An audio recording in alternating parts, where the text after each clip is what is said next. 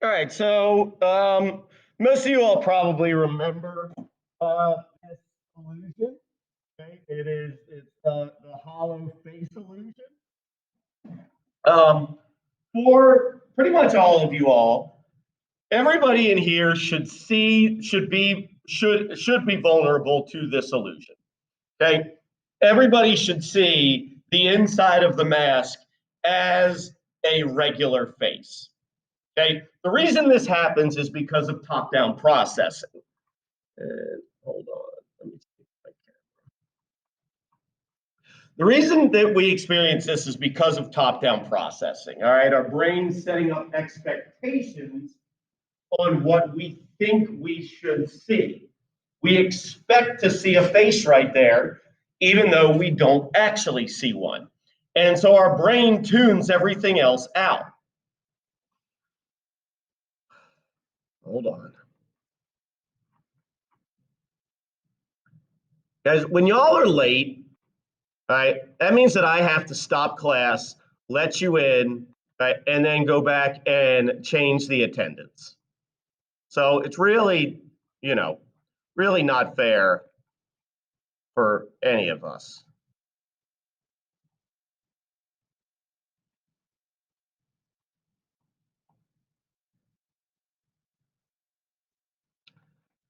Okay, so all of us see a face inside of the mask.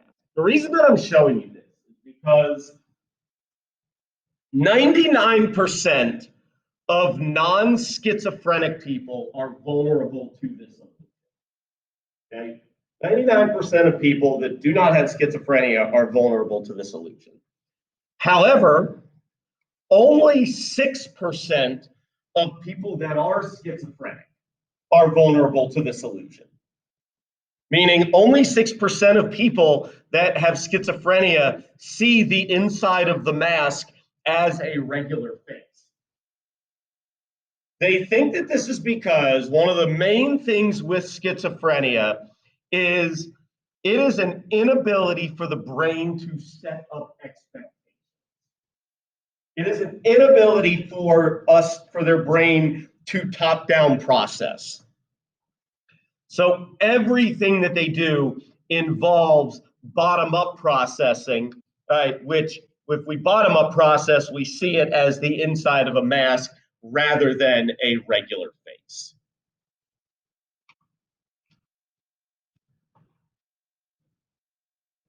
So schizophrenia is now referred to as schizophrenic spectrum disorder. It is a type of psychotic disorder, and we'll talk about what that means here in a sec. But it's referred to as schizophrenia spectrum disorder because it is like autism. It is a spectrum of symptoms. There is no one true schizophrenia. Every person's schizophrenia is different. Okay, and it falls along this whole wide spectrum of different symptoms. All of the art that I have on the first couple slides is art that has been done by people with schizophrenia. And for instance, the picture of the cats right here, done by, I can't remember the guy's name. I think it was Louis something. But he painted his cat as he was having a psychotic episode. Okay? And this painting is a painting of what he was experiencing looking at the cat.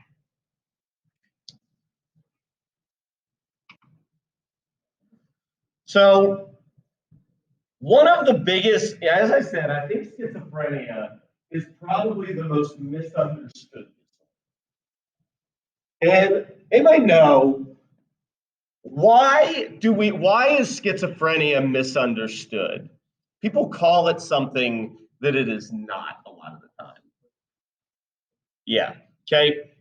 A lot of people believe that schizophrenia and multiple personalities are the same thing. They are not. Multiple personalities fall into what is called dissociative identity disorder.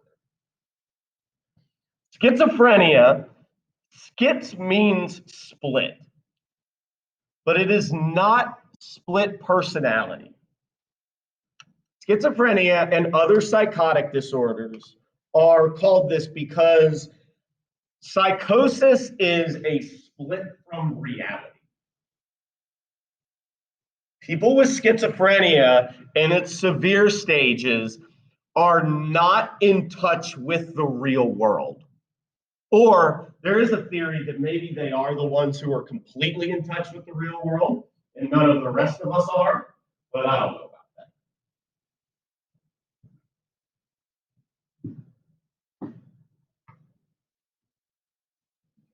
Now, schizophrenics might not spend 100% of time out of touch with the real world, but when they have what are called psychotic episodes, they might.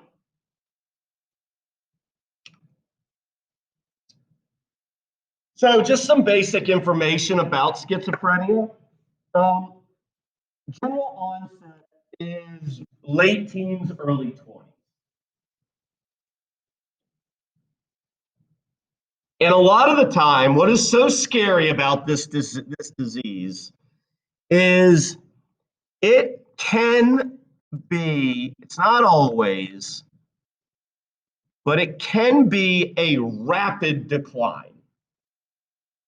Meaning, somebody can go from not having any indication of having schizophrenia to having schizophrenia and being in a full-on psychotic break in a period of like a month. And what is, oh shit, bit my tongue. And what is also so scary about this is a lot of times this stuff is happening.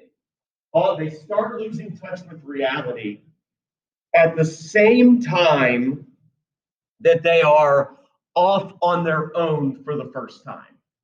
They start to lose touch with reality as they are on their own in college. That's kind of what happened to my friend. Okay, and it may be these environmental factors, maybe the stress of being on their own could contribute, but they're on their own. They a lot of times know that something is going wrong, but they don't necessarily know what, and they don't necessarily have the support system that they need. Affects men and women equally, but men have more severe symptoms. And about 1% of the population is schizophrenic. Okay, so 1 in 100. But higher than, yeah, when you say 1%, it's like, oh, that's not much. But then when you frame this 1 in 100, you're like, oh, that's actually. But there's a but here.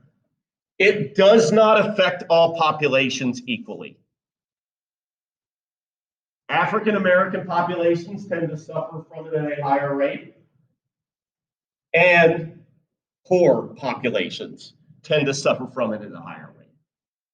Because why might poor populations suffer from schizophrenia at a higher rate than wealthy populations? All right, more environmental stressors. Okay, living in poverty is an environmental stressor. And if you're predisposed to it, right? But they also, people that are poor have less access to health care.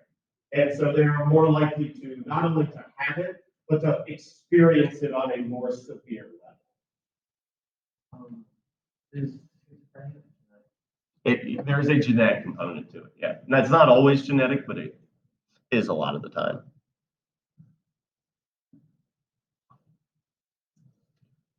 All right. Any questions there?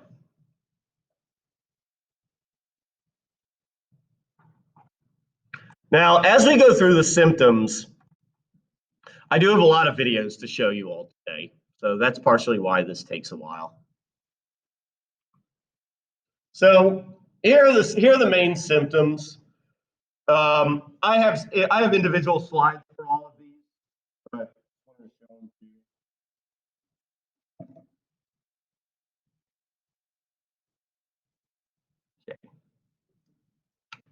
you. All right.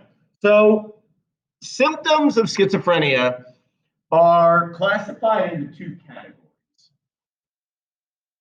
positive symptoms and negative symptoms. This does not mean good and bad symptoms. All of the symptoms are bad. Schizophrenia is a horrible, horrible disease. Positive symptoms are symptoms that where there is the presence of something that should not be there. Okay? The presence of a behavior that is considered abnormal, such as the hallucinations associated with it.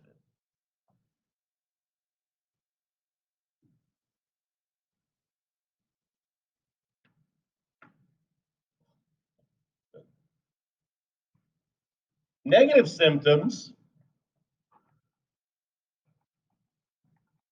are symptoms where there is the absence of normal behavior, such as one of the symptoms is lack of emotion. So, lack of emotion would be a negative symptom because it's taking away something that is considered normal, which is displaying.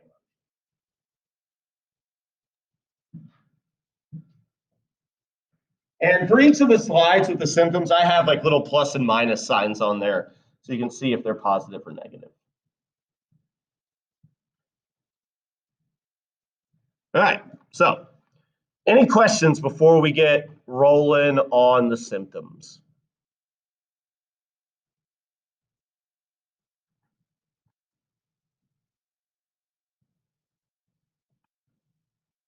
All right, so the first ones are hallucinations. Okay, this is what we associate mostly with schizophrenia, although they're not as common as other symptoms of schizophrenia are. Right, but hallucinations are perception without sensation, meaning there is no sensory stimuli in the environment that could cause the perceptions. It is all your brain creating these things.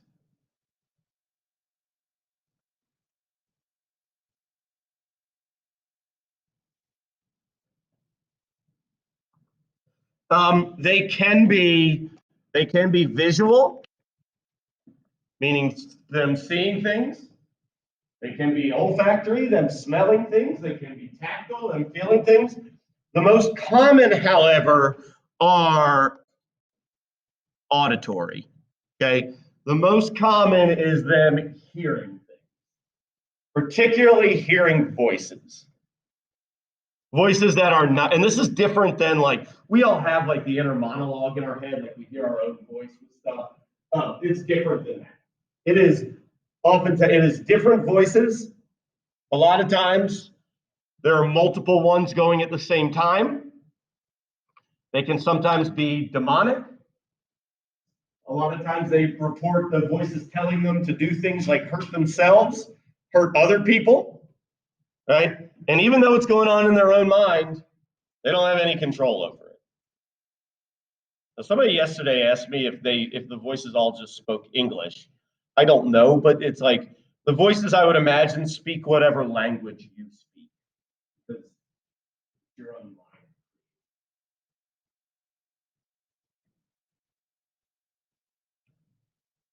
mind. Right?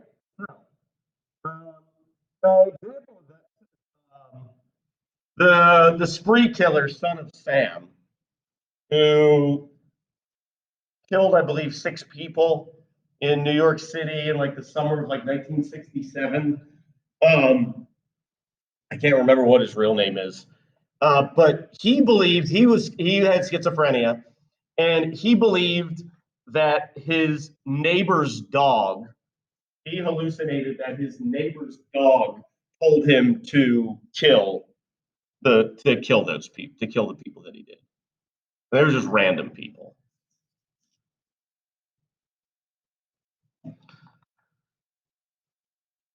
All right, so here's a quick video. Are there any questions about hallucinations? Quick video.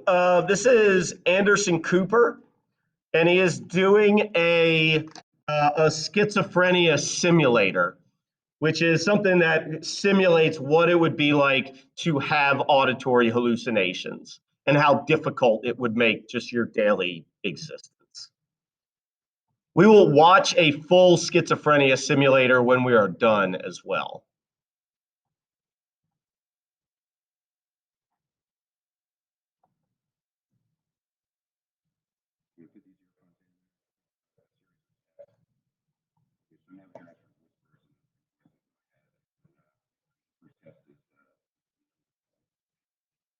You suck and they know it. You should get this right.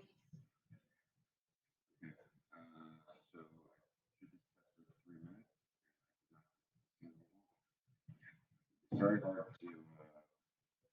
concentrate when it's like music or something constant. People talking to you is very difficult. So now we're going to be asked a series of questions by our producers. And this is a series of questions that a person would be asked, and they would be in the individual hospital. Can you tell me what day it is? Yeah, it's Sunday, June, I don't know, what's the date? 7th? So I'm going to say 5 numbers, and I want you to repeat them back to me after I'm done. Okay. 5, 23, 67, 2, 76. 5, 23, 67, something, 76. I'm going to say 5 words. You don't have to repeat them, but just listen to them. Cat, book, cigar, damage, and ring. Thank you. Okay. Can you name the last 4 presidents of the United States? Okay. Barack Obama, George Bush, Right. Bill Clinton, and George Bush. You said the 5 words I said before. Can you remember any of them? Yeah. It's hard when, because sometimes voices are like whispering, sometimes they're aggressive, sometimes they're kind of comforting. And again, people are kind of talking to you all the time. It's okay. It's hard.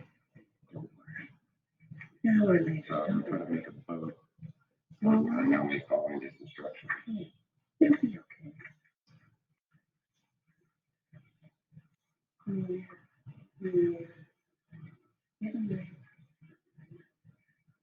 Shut up. I want to talk back to the voices now, but for me, it's really distracting.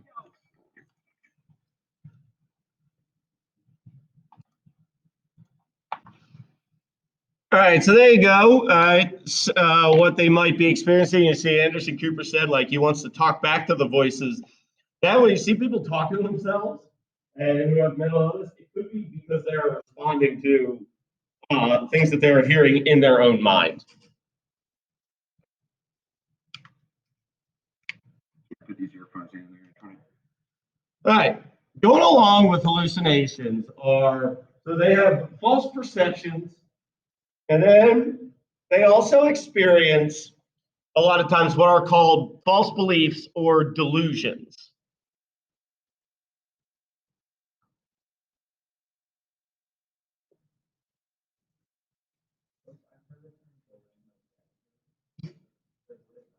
I'm going to talk about it. Yeah.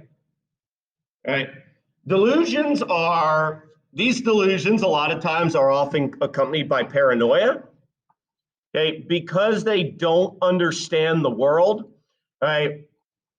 They have a hard time, and they believe they a lot of times are very afraid, which makes sense. Okay, but these false beliefs, they often get in their mind that things are happening that are not actually happening. Delusions of persecution. When they believe that someone or something is like after them. Okay. Has anybody ever seen the movie A Beautiful Mind? With Russell Crowe? Well, it's about the economist John Nash, who has had schizophrenia. And he believed that the Russian government was after him. They were not. Referential delusions. Referential delusions are where somebody believes that things are directed at them. So they may think that like somebody having a conversation with somebody else and doing certain hand gestures, that they're trying to tell them something instead. Or that they may think that a newscaster is talking directly to them, or that a billboard has a message directly for them. They kind of are only able to kind of see the world from their own perspective. Delusions of grandeur. Delusions of grandeur where people believe that they have great abilities. They have an inflated sense of themselves. They may think that they may start believing that they are a religious figure, that they're talking to God, that they're all these different things, that they are president of the United States, whatever. And then nihilistic delusions are where when they believe that there is going to be some sort of disaster happen, and they may believe that they're the only one who can stop it or something. Could be, yeah. Yeah, could be. They're probably not schizophrenic. They just have sort of bizarre. Could be, yeah. I feel like it's more of a movie thing. Mm-hmm.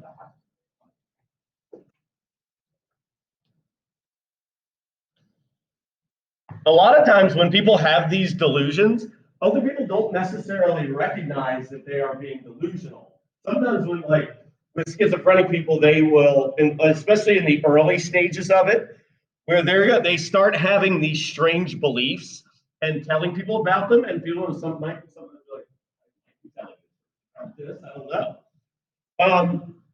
So my friend Dave that I told you all about, one of the first indicators that we should have seen, but we were like 18 years old, was Dave started to believe that his ex-girlfriend from his freshman year of high school, who lived in Chicago at the time, was secretly making a movie about him. And he believed that he was being filmed all of the time.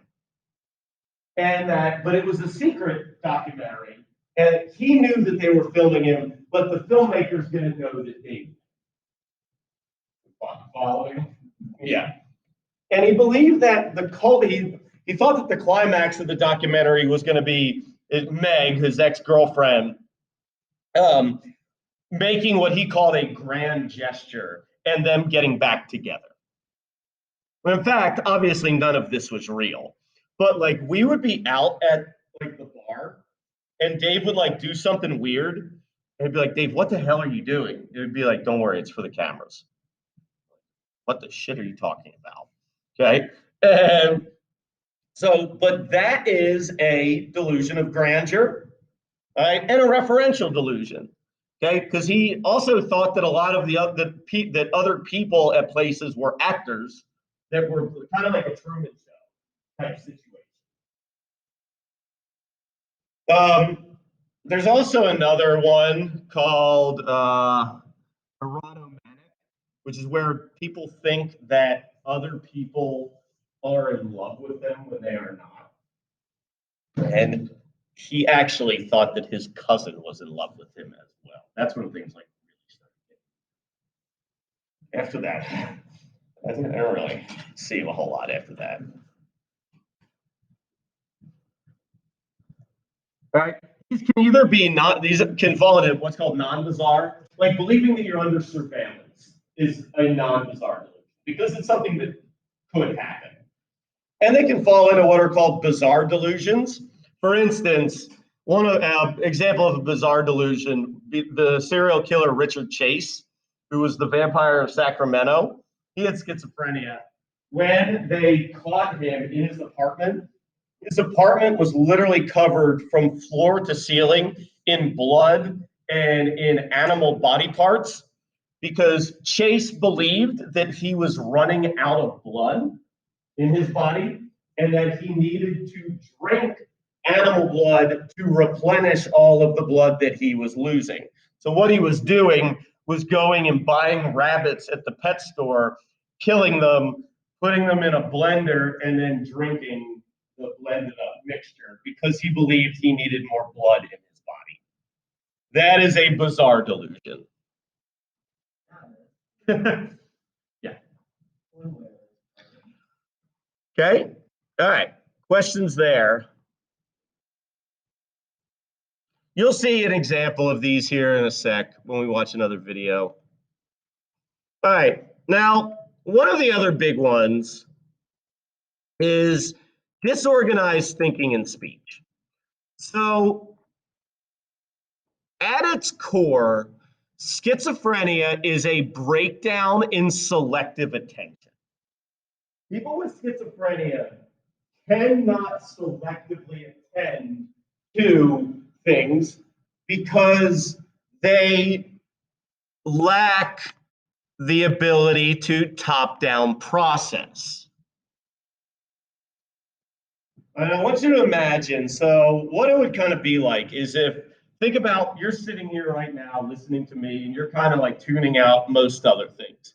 Imagine if you were trying to listen to me, you were noticing the seat on your butt, you were noticing every sound in the hallway, every sound outside, every change in temperature, every little smell, your shoes on your feet, all of those things coming in at once, and you're processing every single one of them. And then on top of that, you are hearing voices. Okay, that is kind of what schizophrenia is like. There is a strong correlation with ADHD, meaning people that are schizophrenic are almost always ADHD. But that sort of sensory overload leads to very disorganized thinking. Their thoughts race, they go from one topic to another very, very easily. Okay, disorganized thinking leading to what is called disorganized speech.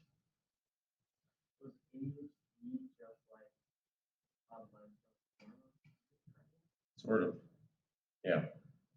Where with ADHD, it is the inability to really selectively attend. Schizophrenia is inability to selectively attend to the point that you lose touch with reality. I don't think it's comorbid in that way. People that, if you're schizophrenic, people with schizophrenia are more likely to also be ADHD, but ADHD does not necessarily mean like it predicts schizophrenia. That's an early sign, like when they look at it, like people that are diagnosed schizophrenic are generally ADHD as children, but it doesn't like mean that it causes it. Okay, they'll do a couple of the speech things that they do. One is called a clang association. A clang association is where they'll just say like nonsensical, like rhyming words together. Like they'll be like, the brain train rained on the main. Like, and they're just saying it just because it's like, it doesn't mean anything. Okay. And then also, because of the racing thoughts, their speech gets very disorganized. This is what is called word salad. Word salad, it's called that because it's like a salad of words. Salad is just a whole bunch of shit mixed together, right? With word salad with schizophrenia, it's just a whole bunch of words mixed together, and it will sometimes be, they will go like change topics in the middle of a sentence. And so it all ends up being just nonsensical. All right. So any questions there? I got a video to show you what word salad looks like. I want you to see if you can figure out what this guy is talking about.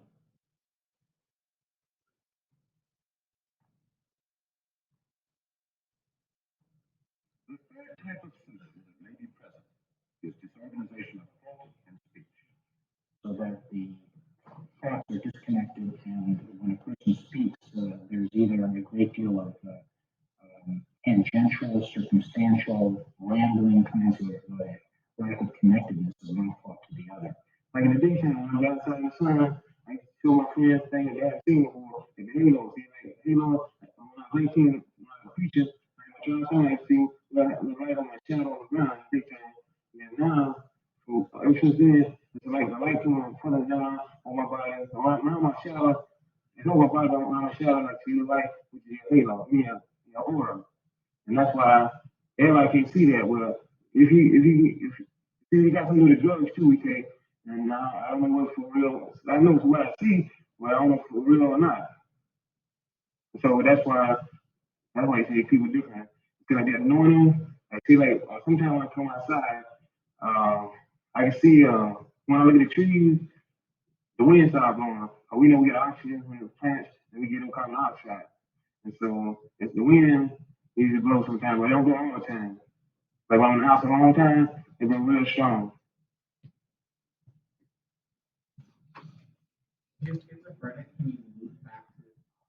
Oh yeah, yeah. I mean, I can still do things like. Let's say, like, once you're in your work, like, it's different from going on tangent, right? Yes, yeah. It's just because their mind is going a million miles an hour. Could anybody figure out what? I'm not entirely sure about this, but I think I know what he's talking about. Did anybody else pick up on what it might be?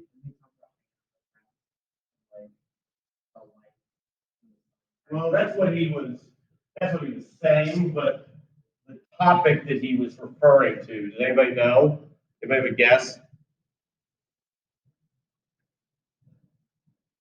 Like, Yeah, I think he was describing his hallucinations, especially maybe early on in his psychotic break. And then here's another quick video. So in this one, you are going to see word salad, right? You also see delusions. Okay, you see delusions of grandeur, especially she believes that she has a monopoly on the coffee industry.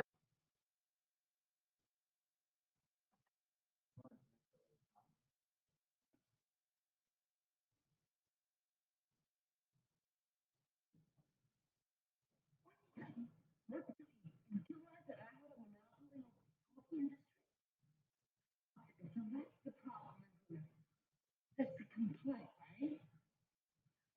Well, kryptonite, you know, kryptonite, and how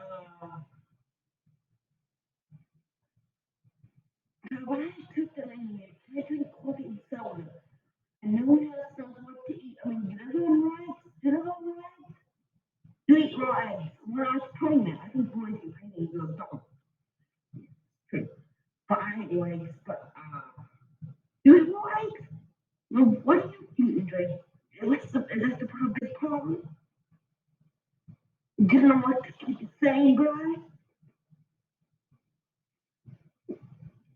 Is that a complaint? No? Okay.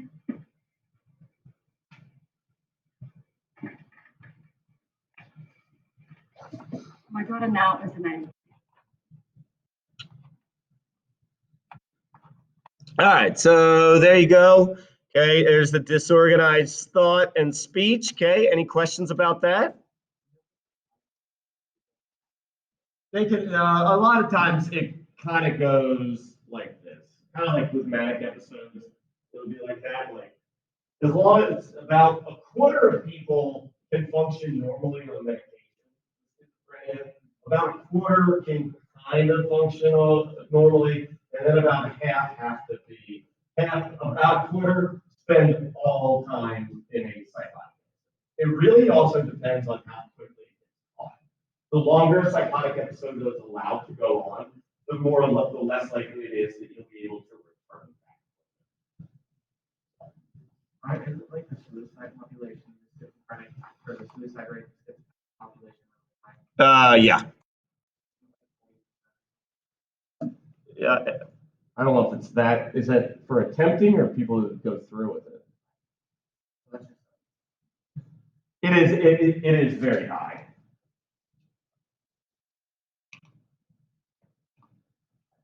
Okay. All right. Now, those are both positive symptoms, or all those three are positive symptoms. Okay, negative symptoms, diminished or inappropriate emotion. So one of the things that they see a lot is oftentimes their emotions can be inappropriate, meaning they might like do things like laugh at a funeral, or their emotions will just be very erratic. Like they'll just be like talking and all of a sudden they'll go, just like laugh in the middle of a sentence for no reason. Tourette's is different than this. It's more so like they're going back and forth between so many thoughts that, but it's not necessarily a tick. The other thing with emotion, they oftentimes display what is called flat affect. Flat affect is where their face or just their emotions in general, they don't display any emotions. Now, I don't know if Nicholas Cruz, that's the kid who, the shooter at Parkland High School, I don't think that he is schizophrenic, but if you look at his face shows flat affect. His face does not display any emotion at all. You can see there's no emotion in his eyes. Okay, that is flat affect. They also have a hard time reading others' emotions, similar to autism, where they lack that theory of mind.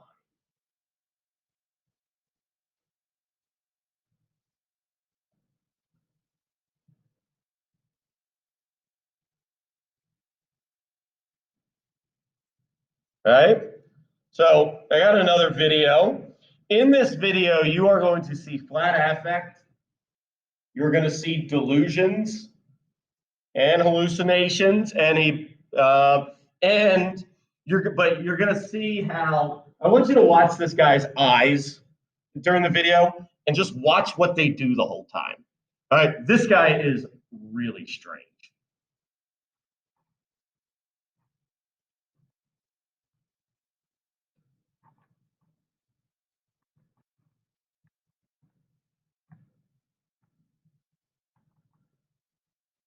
Right. Yeah. Well, how long have you been here? 3 months, May 17th. And what brought you here?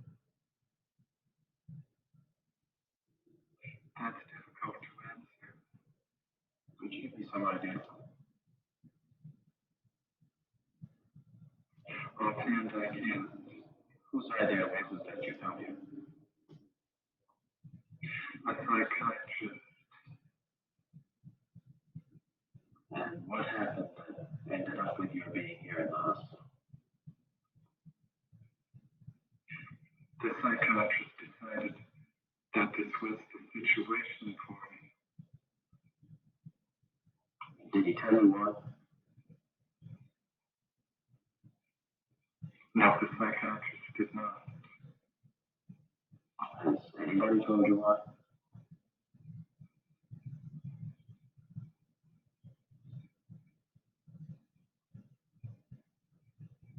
No. Have you any idea why? Yes. And what is that? I am not completely like other people. What do you mean by that? People dislike me because I am not completely like them. And in what way are you different?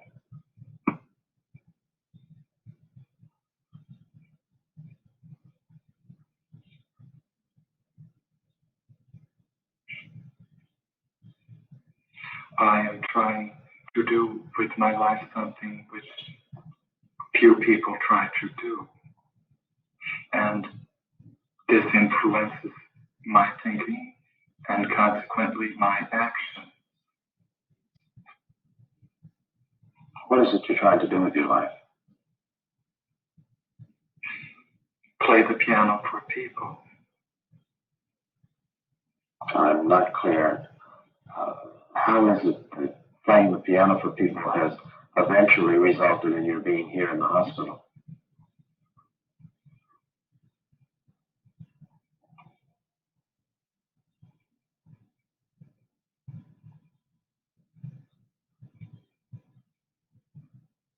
I sit differently when I play the piano, and when I'm away from the piano, I occasionally look differently from other people, and this has caused dislike from people. They dislike you because you sit differently at the piano? Yes, What way do you sit at the piano that people would dislike you?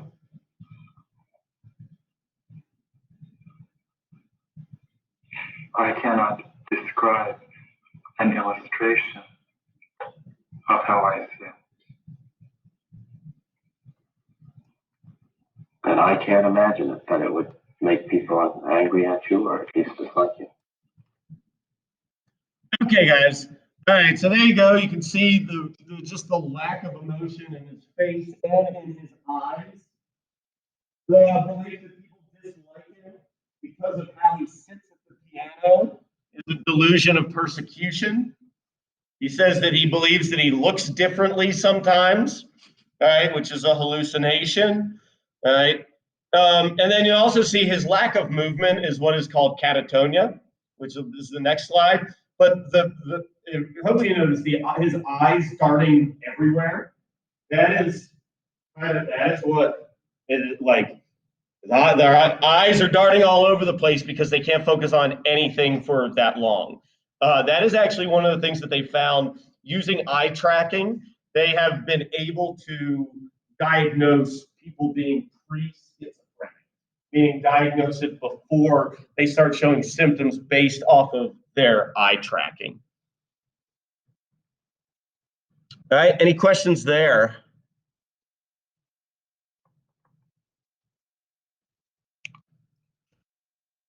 All right, and then the last symptom, which is both positive and negative, is strange and inappropriate motor movements.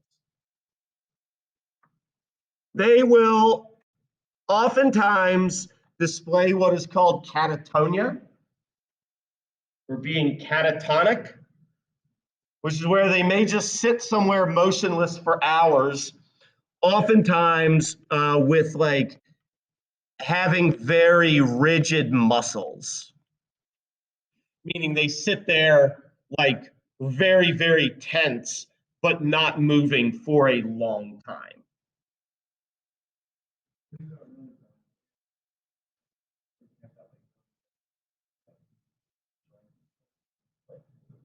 Yeah, you can't.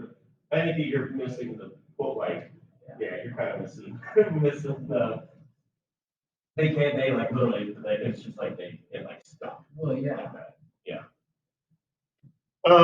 They also display, when they're catatonic, they often display what's called waxy flexibility, which is a very strange thing in which their bodies are able to kind of be molded into positions that they will hold for periods until their body just slowly goes back to a resting position. It's almost like their limbs become made of wax. Like in this picture right here. Okay, that is waxy flexibility. They often have bizarre, compulsive, repetitive actions. In this video, you're going to see the guy, when told to not grab the person's hand, has to grab their hand. You'll also see this in another video, a guy named Gerald. Okay, all right, any questions on that? Before we watch, here's a video showing some of the strange body movements.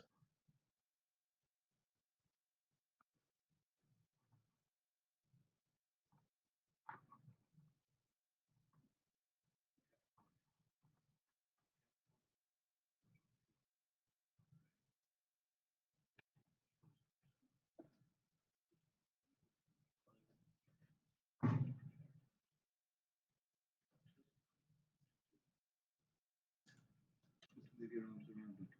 Okay.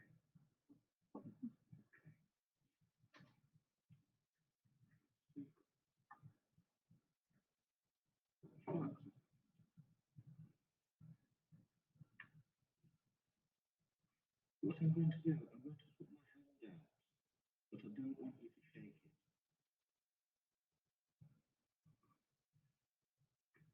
here you go.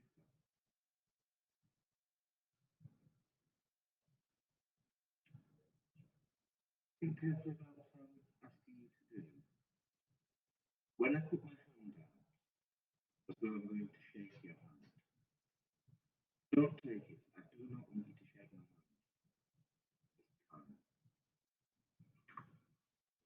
Okay, okay, that's fine. Relax for a second.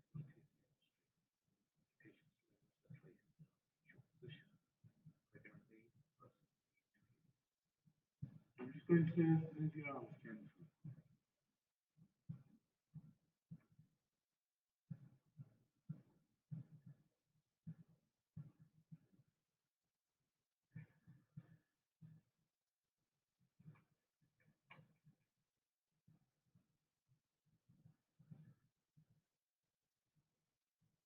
You feel that there's something not quite right here. Some difficulty explaining.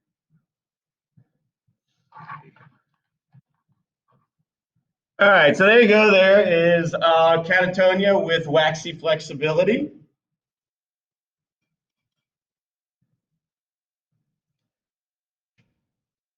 All right, now here's another. I got another video here.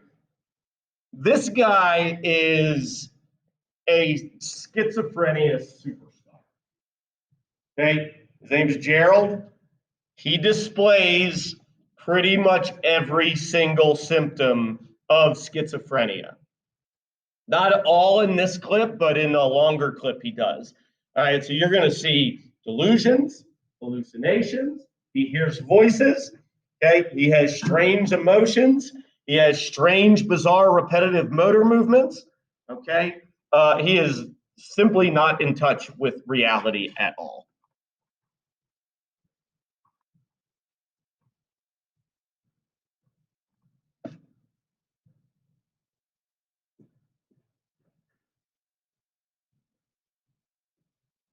Gerald is grossly delusional and self-disordered.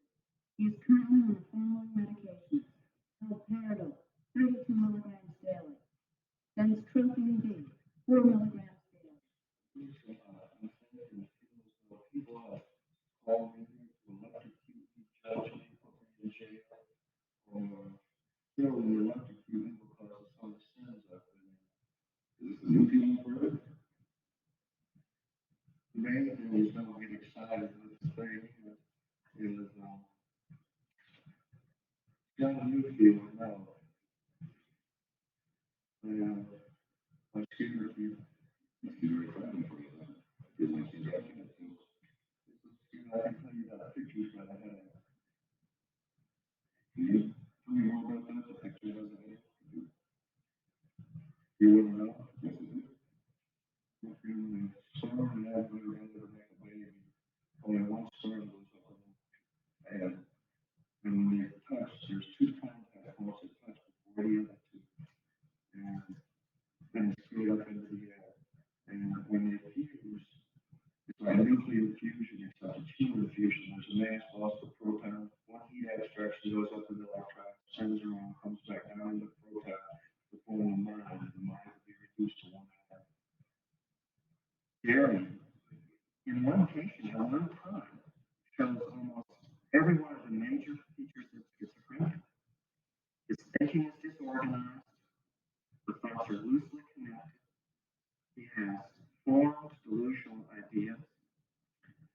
Some of those delusions are grandiose, some of them are paranoid. He has disturbances in his mood. His mood is, in some cases, almost absent, and in other cases, is totally inappropriate. And his behavior is disordered. It's unusual. He has mannerisms that are inexplicable. He has purposeless, aimless behavior around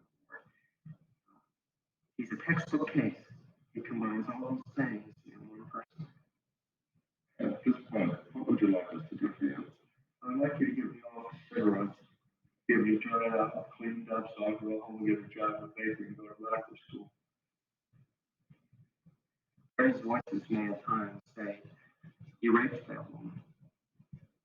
In a case where he may have just seen a woman on the street, the voices will accuse him of assaulting her.